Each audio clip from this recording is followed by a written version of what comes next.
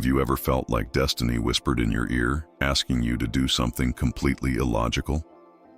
One of those decisions your mind screams no to, but your heart insists is the only path forward. The story I'm going to tell you today was born from a moment just like that. It begins under the glittering lights of 1960s London, but its echo would resonate forever under the African sun.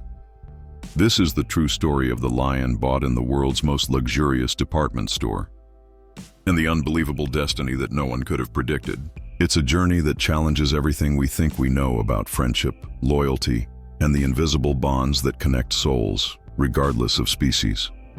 What happened to this cub, years after being returned to the wild, will leave you speechless, and perhaps even change the way you see life.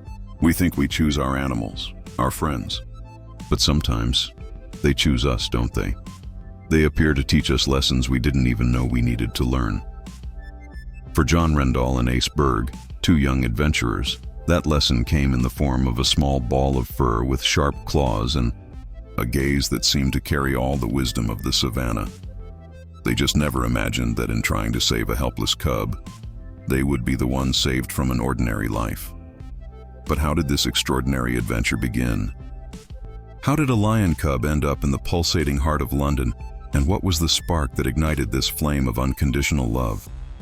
The answer lies in an ordinary day, an extraordinary storefront, and a decision that would change everything forever. So, here we go. What would you do if, on a gray, ordinary day in 1969, you walked into Harrods, the most luxurious and iconic store in London?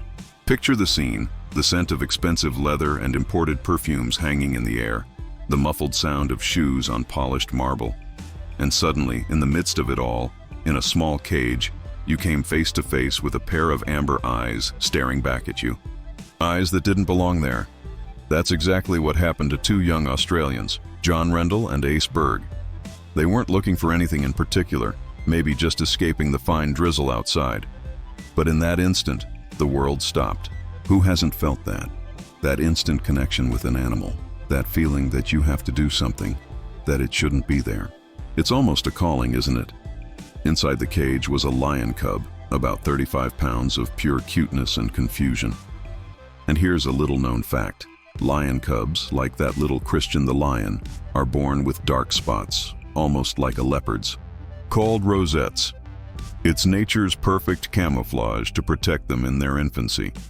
There, in that artificial environment, those little spots seemed like a silent reminder that his true home was very, very far away. The lesson life sometimes teaches us is that the most important decisions aren't thought out, they're felt. Ignoring all voices of reason, John and Ace did the unthinkable. They bought the cub. Can you believe that? They walked out of Harrods not with a new suit or a watch, but with a future king of the jungle in tow. How many times in life do we feel that urge to do something crazy for something that touches our soul? If you've already been enchanted by emotional animal stories and believe in these bonds that defy logic, go ahead and hit that like button and subscribe to the channel so you don't miss a single detail of this journey. Because what comes next? Well, it's even more unbelievable. They left the store euphoric with the little lion in their arms. But as they walked through the bustling streets of London, reality began to set in. The biggest challenge wasn't buying the lion, but rather answering a completely crazy question. How on earth do you raise the king of the jungle in a small apartment in the heart of London? And who are these two guys who did something so beautifully crazy? John Rendall and Berg weren't eccentric millionaires or circus tamers. They were just two friends with hearts too big and an adventurous spirit that had brought them from Australia to the heart of London's counterculture. They represent that part of us that longs for a less ordinary life, don't you think?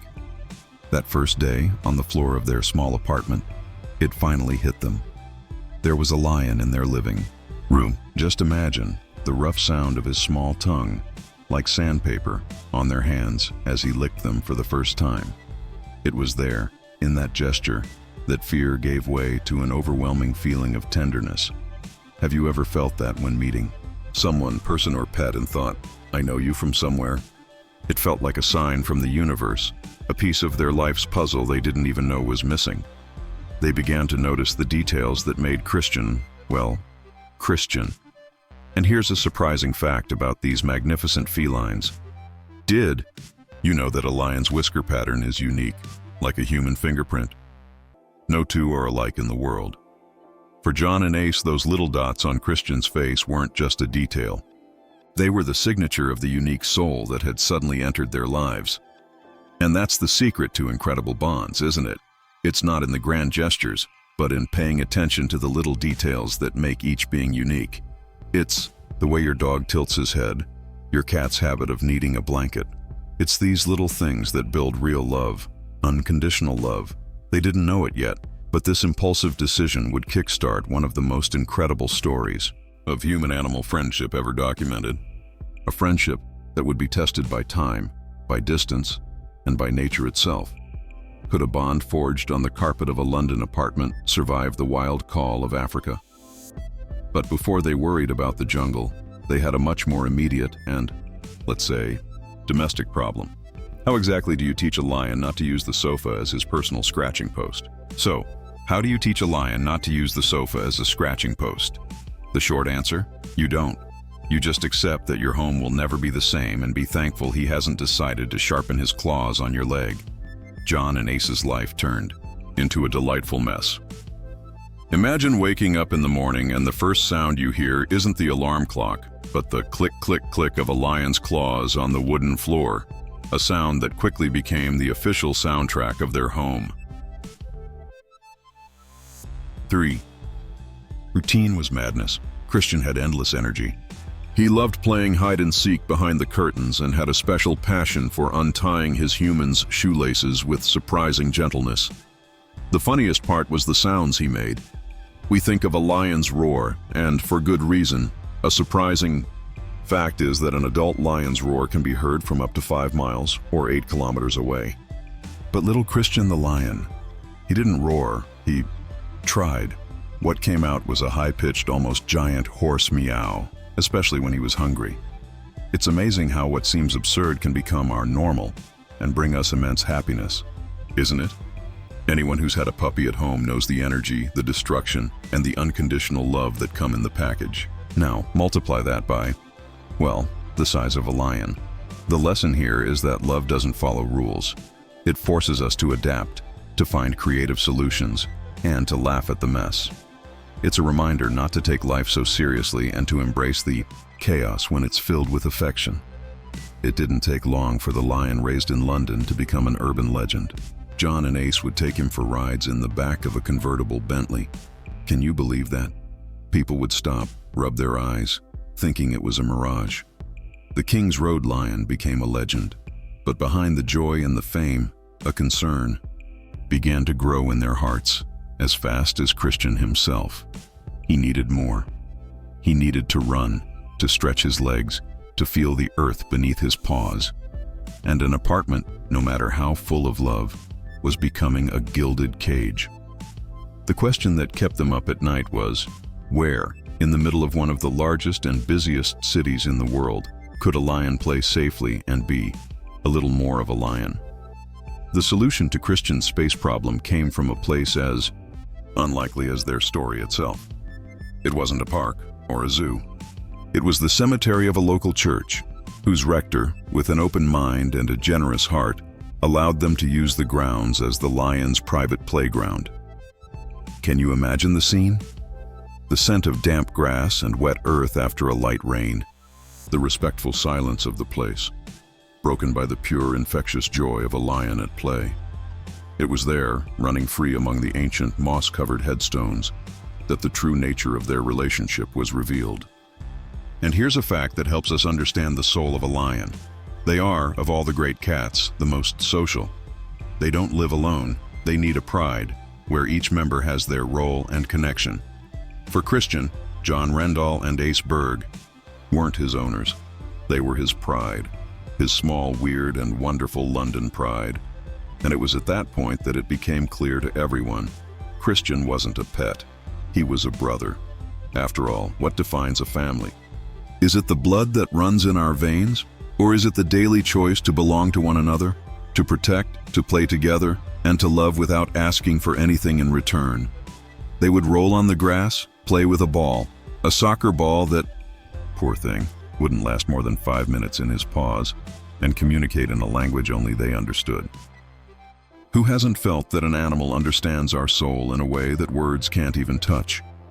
The great lesson Christian taught every day was this: the family we choose can be as strong or even stronger than the one we're born into. It's a reminder to value our own tribes, those people who make us feel at home, no matter how strange our family might seem to the rest of the world. This was the essence of that human-animal friendship. Those moments in the secret park were perfect, a bubble of happiness suspended in time, immune to the world outside. But time, as we know, is relentless, and Christian kept growing. The playful cub was rapidly turning into a predator of almost 200 pounds. The strength in his paws was no longer that of a big kitten. It was the strength of a king, and a king can't live in hiding forever. No matter how happy his kingdom is, a king can't live in hiding forever. The bubble of happiness for John, Ace, and Christian was about to burst, not from a lack of love, but from an excess of it. Christian was no longer a cub. He was a personified force of nature, and the small London apartment seemed to shrink by the day. The musky, wild scent he exuded now overpowered the smell of tea and toast, a constant reminder that his world and their world were colliding. The problem wasn't Christian's heart, which remained that of a giant, affectionate kitten. The problem was his strength. And here's a fact that gives us the scale of the challenge. An adult lion's bite has a force of about 650 psi, more than enough to crush bone. He might just be playing, as he always had. But a miscalculation, a sudden move, and playtime could turn serious. It was a risk they could no longer ignore. It's that bittersweet moment that everyone who raises a living being, be it a child or an animal, one day faces. The moment you look at them and realize, with a mix of pride and pain, that your nest has become too small, that the love you feel compels you to open the cage, even if the cage is your own embrace. But what do you do when your love becomes literally too big for your world? That question echoed in John and Ace's minds. The lesson life was rubbing in their faces was the harshest of all. Sometimes, the greatest proof of unconditional love isn't to keep someone close, but to have the courage to let them go. It's a reminder to all of us that true love doesn't seek to possess, but to see the other flourish, even if it's far away from us. Would you have that strength? The strength to let go of what you love most for their own good? The decision was made, etched in their hearts with a dull ache that seemed endless. Christian deserved more. He deserved the African sun, the smell of the earth, the sound of other lions. He deserved to be free. But the question echoing through the apartment walls now was another, even more impossible one. How? How do you take one of the most powerful wild animals on the planet, who grew up in a city, and simply return him to nature? Where do you send a lion who was born in London? Where do you send a lion who was born in London? For weeks, this question consumed John and Ace. Can you imagine the desperation? They knocked on every door they could, called zoos, contacted experts, but the answer was always the same: a cold, bureaucratic no, or worse, silence. That feeling of being at a dead end, with time running out, is something we've all felt at some point, right? Until, almost like a sign from the universe, when they were about to give up, a name emerged in a conversation.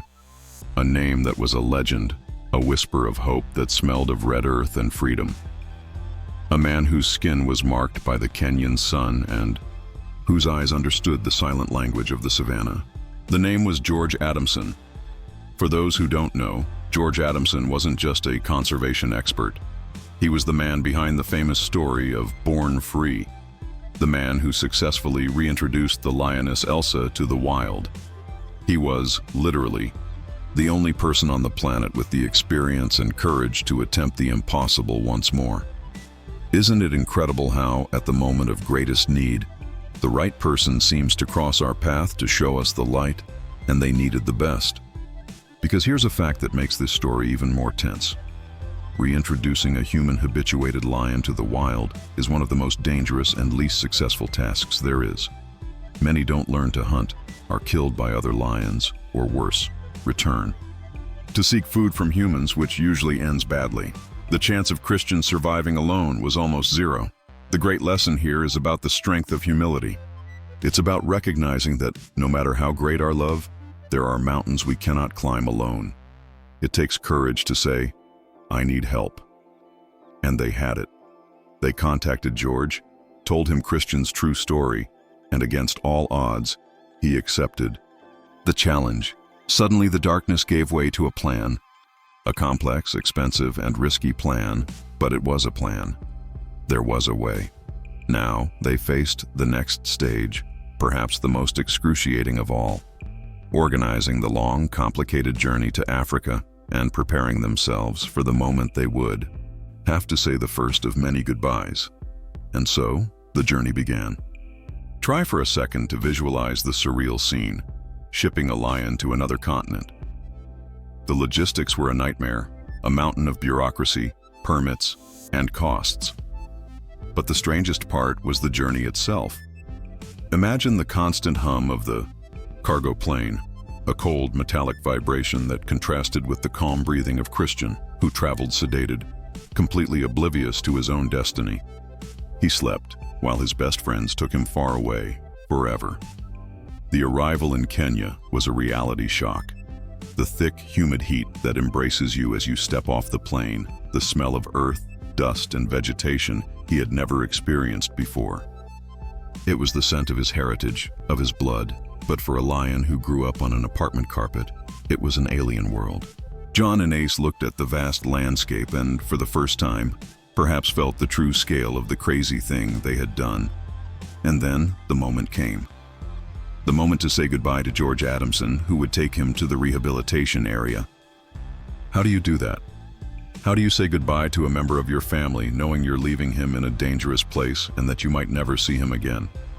It's that lump in your throat, that feeling that your chest is going to tear apart. You try to be strong, to smile, to say it's all going to be okay, but your whole body screams at you not to go. It's one of the most universal pains that exists, isn't it? And the cruelest part, perhaps, is a fact about the biology of these wild animals. They have an incredibly keen sense of smell. Even when John and Ace were nothing more than silhouettes in the distance, Christian could still smell their scent in the air, the scent of home, slowly disappearing on the savanna breeze. But how do you prepare your heart to break on purpose? The truth is, you don't. You just do it. And that is the most brutal and beautiful lesson about love. It gives us the strength to endure the pain of goodbye, if it is to ensure the happiness and freedom of the one we love. Every step they took away from Christian was an act of pain and, at the same time, the greatest act of love of their lives. They were gone, and Christian, the lion from London, was alone for the first time, on a continent he didn't know. There, part of the journey had ended, but his was just beginning. Would he make it? Or would nature, in its relentless beauty, swallow him whole forever? Would the jungle swallow him whole forever? That question hung in the air, heavy and foreboding. For Christian, the lion from London, Africa was not a home, it was a brutal proving ground. Just imagine the nightly sound of the savannah, a chorus of clicks, buzzes, and unknown calls that, for him, was not a lullaby, but a constant noise of invisible threats. He was completely alone. We have this tendency to romanticize wildlife, but the truth is that nature is a relentless mother. And here's a fact that sends a chill down your spine. In the wild, it's estimated that up to 80% of lion cubs do not reach adulthood. They die of starvation, injuries, or in the claws of other predators. Christian, a lion released into the wild with no experience, with the scent of London still on his fur, had all the odds against him. He didn't know how to hunt. He didn't know how to fight. He didn't know the social codes. Have you ever felt like a complete fish out of water? Starting a new job, moving to a new city. That horrible feeling of not knowing the rules, of feeling clumsy, of not belonging. That was Christian's life, every single day. Under the guidance of George Adamson, he began his harsh apprenticeship. But George, with his wisdom forged in the African sun, practiced what we call tough love. He knew that Christian's only chance of survival was if he learned to be a real lion on his own. It's one of life's hardest lessons, isn't it? Letting the ones we love fight their own battles, even when our heart wants to intervene. George guided him, but he didn't protect him from everything. Christian needed to fall to learn how to get up. He needed to feel the pang of hunger to awaken the hunter's instinct. He needed to face fear to find his courage. But what is resilience, if not the stubbornness of a soul that refuses to give up, even when all seems lost? The months dragged on.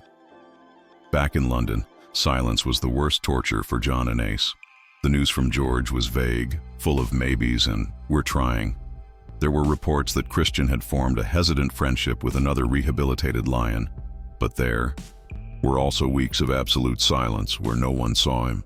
The work of conservation is a daily gamble against death. And time passed. A whole year. A year of silence and uncertainty. Had he made it? Had he found his place in that unforgiving world? Or had he become just another statistic, a sad memory of a dream that went too far? 1 year. 365 days of what if.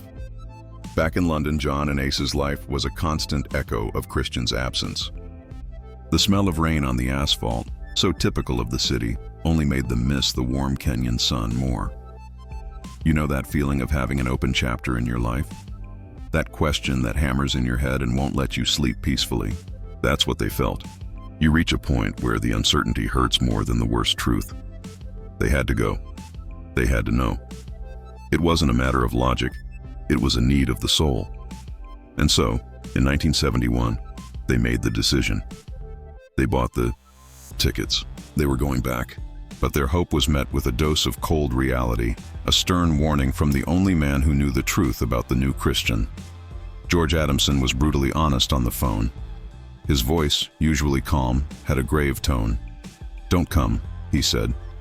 "It's been too long. He's the leader of a pride now. He's a wild lion in every sense of the word. The probability of him attacking you is just as high, if not higher, than him recognizing you." Can you imagine the weight of those words? The person who was your only hope was now advising you to stay away. But what is hope, if not the light? We insist on turning on in the darkest room of our soul. They clung to something that science is only now beginning to understand. And here is the fact that fed their stubborn flame. Lions possess an extraordinary social memory. They can recognize voices, smells, and faces of companions, human or not, even after years of separation. Their emotional memory is an almost impenetrable vault. The lesson here is about following your intuition. There are moments in life when everyone around you says, "It's impossible, it's dangerous," but a voice inside you whispers, "Go." And sometimes, that's the only voice that matters. Have you ever had to make a decision like that, against all odds, just because your heart told you it was the right thing to do? They boarded the plane. They left the safety of London behind and flew towards the heart of Africa, towards an answer. As they landed in Kenya, the warm savanna air that greeted them seemed to carry a single question on the wind. Were they about to have the emotional reunion of a lifetime, or were they walking towards their greatest and most tragic regret? They arrived at George Adamson's camp. The air was heavy, dense. There was an almost deafening silence on the savanna, broken only by the buzz of insects and the sound of their own hearts beating wildly in their chests. There was nowhere else to go, nothing more to plan. The journey ended there, on that patch of red earth. The answer was somewhere out there, hidden in that vastness. George, with a serious face, led them to an open area, an invisible boundary, between the human and the wild territory. And then, he did the only thing that could be done. He filled his lungs with the African air and called out. The name Christian echoed across the field and was swallowed by the silence. And they waited. It's a torture everyone knows, right? The wait for a crucial answer. Time stretches, every second feels like an hour, and your mind starts playing tricks on you. This was a stupid idea. He's not coming. George was right. Minutes passed. Nothing. The hope that had brought them so far began to wither, to turn into resignation. Maybe the goodbye in London had indeed been the last. And then, on top of a rocky outcrop, Silhouetted against a sky beginning to tinge with orange, a figure appeared. It was him. Bigger, more imposing, with a mane that the sun made look like a crown. And he stood there, perfectly still, just watching. And here is a fascinating fact about lion behavior. This stillness is not indifference. It's calculation. It's an apex predator using its sharp hearing and vision to analyze an unknown situation before making a decision. In that moment, there was nothing more John and Ace could do. They were exposed, vulnerable. It was one of those rare moments in life when, after all the effort, you just have to surrender and trust the universe. Isn't it amazing how a lifetime's journey, all the hopes and fears, can be decided in a single instant of silence? Their eyes met across the distance, the man and the lion, the past and the present, and then, after what felt like a lifetime, the lion moved. He came down from the rock, not aggressively, but with a slow, powerful, and frightening deliberation, straight towards them. What would come next? The attack that George feared, or the miracle they had dared to dream of? Meter by meter, the lion closed the distance, hearts in their throats, the world in silence, holding its breath. That slow walk was not that of a hunter. There was something different in the air, a subtle shift in his posture, the soft sound of his huge paws on the dry earth, a rhythm that now sounded not like a threat, but like a homecoming. And then he stopped, just a few feet away from them. And what happened next? Well, it defies logic, it defies biology, and it proves that unconditional love has a language of its own. There was no attack. There was no aggression. What there was recognition. A lion hugs a man not with the strength of a predator, but with the tenderness of a friend who has missed him. The giant paws, capable of taking down prey, rested on their shoulders with unbelievable care. He rubbed his huge head against their faces in that gesture they knew so well from the apartment carpet in London. And here's a fact that makes this moment even more profound. This behavior is the purest form of a lion's social bond. They rub heads and lick each other to strengthen social ties, a behavior that releases oxytocin, the famous love hormone in them. It wasn't just a hug, it was a chemical and emotional recognition. It was Christian saying, in his own language, You are my pride. I remember. Who can say, for sure, what goes on in an animal's heart? But sometimes, a gesture is worth more than 1,000 words, isn't it? The lesson that moment screams at us is one of powerful simplicity. True connections don't fade. They may go dormant, they may be covered by the dust of time and distance, but they never truly disappear. They live in the soul. That was the emotional reunion the whole world applauded. The danger had passed, giving way to a joy so pure and so deep it felt like it could heal any wound. But their story, believe it or not, had not yet reached its final point. What happens after a miracle happens? What happens after a miracle happens? Life goes on, but in a more beautiful way. John and Ace didn't just get a hug, they spent days with Christian. And the final seal of acceptance, the proof that he was truly the king of his own world, was even more incredible. Christian brought the lionesses of his pride to meet his human friends. And here is one last fact to understand the magnitude of this. A male lion's primary role is not just to hunt, but to fiercely protect his pride and territory from any stranger or threat. By introducing his lionesses to John and Ace, Christian wasn't just being friendly, he was communicating in his language. You are family, you belong here, you are safe. It gives you chills, doesn't it? And then, the second goodbye came. But this time, it was different. The lump in their throats had been replaced by a deep peace. There was no longer the pain of uncertainty, only gratitude for having gotten the answer they sought. As they walked away, feeling the warmth of the African sun on their backs, the feeling was not of loss, but of a completed circle. It was the happiest goodbye they could have imagined.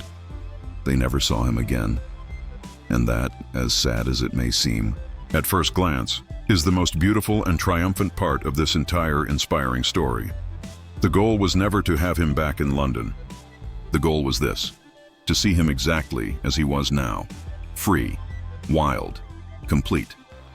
The lion released into the wild had finally found his kingdom. The final lesson this journey leaves us is perhaps the most profound about love. The true success of a relationship is not measured by physical proximity, but by the happiness and freedom of the other. It's having the generosity to rejoice in seeing them become the strongest, truest version of themselves, even if it means our role in their lives must change. Isn't it possible that our purpose in life, after all, is to help those we love find their own jungle, their own freedom?